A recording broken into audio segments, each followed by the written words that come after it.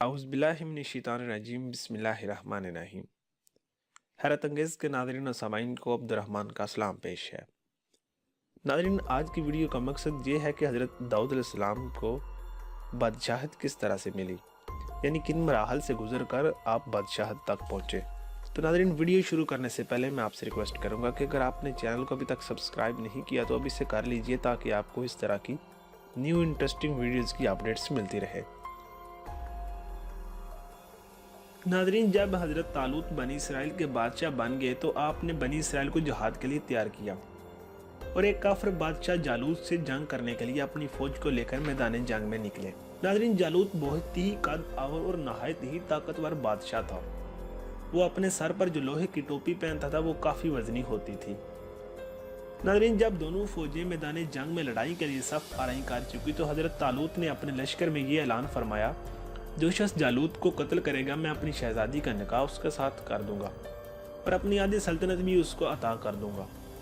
یہ فرمان شاہی سن کر حضرت داؤد علیہ السلام آگے بڑھے اور جو ابھی بہت ہی کم سن تھے اور بیماری سے چہرہ زرد ہو رہا تھا اور غربت و مفلسی کا یہ عالم تھا کہ بکریاں چرا کر اس کی اجرت سے گزر بسر کرتے تھے۔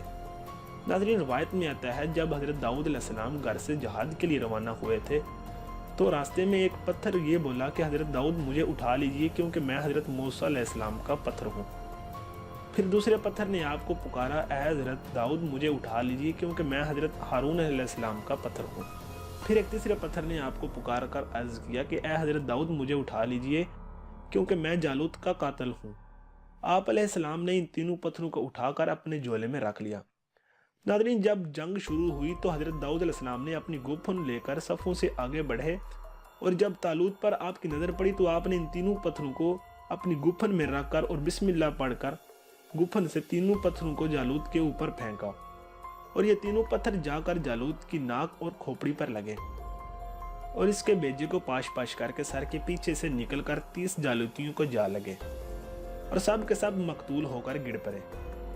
ناظرین، پھر حضرت داؤد علیہ السلام نے جالوت کی لاش کو گھسیٹتے ہوئے لا کر اپنے بادشاہ حضرت طالوت کے قدموں میں ڈال دیا اور اس پر حضرت طالوت اور بنی اسرائیل بے حد ہوش ہوئے۔ ناظرین، جالوت کے قتل ہو جانے سے اس کا لشکر بھاگ نکلا اور حضرت طالوت کو فتح مبین ہوئی اور اپنے اعلان کے مطابق حضرت طالوت نے حضرت داؤد علیہ السلام کے ساتھ اپنی لڑکی کا نکاح کر دیا اور اپنی آدھی سلطنت کا ان کو سلطان بنا دیا۔ پھر پورے 40 برس کے بعد حضرت طالوت بادشاہ کا انتقال ہو گیا تو حضرت داؤد علیہ السلام پوری سلطنت کے بادشاہ بن گئے۔ ناظرین، اللہ تعالیٰ نے حضرت داؤد علیہ السلام کو سلطنت کے ساتھ نبوت سے بھی سرفراز فرما دیا تھا۔ آپ سے پہلے سلطنت اور نبوت دونوں اعزاز ایک ساتھ کسی کو بھی نہیں ملا تھا۔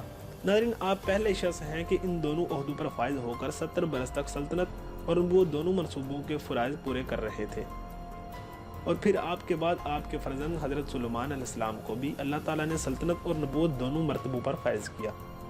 تو ناظرین، یہ تھا آج کا واقعہ کہ حضرت داؤد علیہ السلام کس طرح سے بادشاہ تک پہنچے۔ اگر آپ کو یہ واقعہ پسند آیا تو چینل کو سبسکرائب اور ویڈیو کو لائک کرنا مت بھولیے گا۔ اللہ حافظ۔